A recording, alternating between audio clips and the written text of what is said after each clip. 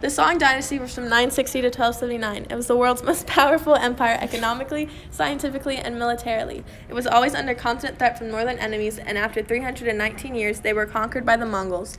They experienced infectious diseases. It started in the year 960. A general named Zhao Quangjin rebelled against his own king and the court officials and established a new dynasty. The Song dynasty particularly noted for the artistic achievements that it encouraged and subsidized.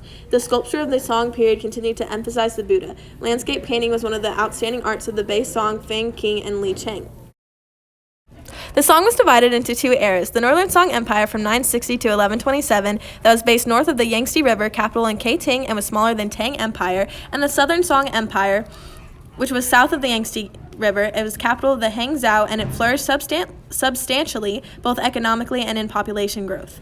In between these eras were short periods of invasion and fighting among rivals before the remnants of the empire rose again south of the Yangtze.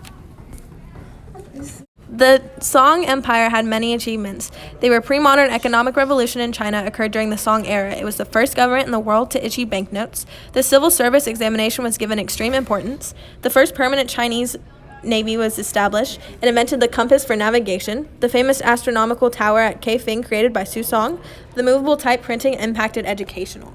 Commerce developed to an unprecedented extent. Trade guilds were organized. Paper currency came into increasing use. Widespread printing of the Confucian classics and the use of movable type brought literature and learning to the people. Social classes were divided into two main classes, the gentry and the peasants. The emperor was the supreme ruler. A gentry was the land-owning families and often had a close tie to education.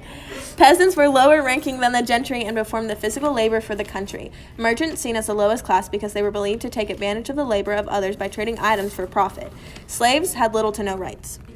Emperors, dowagers could tend the state affairs. Females could run businesses and were also in charge of the domestic scope of housework. Footbinding only started in the Southern Song.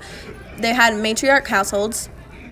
They had equal opportunities to inherit, and remarriage was okay after a spouse's death. The Song dynasty was a period in which the Chinese government was very weak.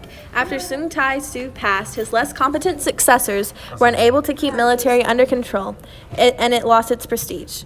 The civil service rose in dignity. This was an examination system that had been restored in Su and Tang. The examination began to replace the heredity nobles and landlords.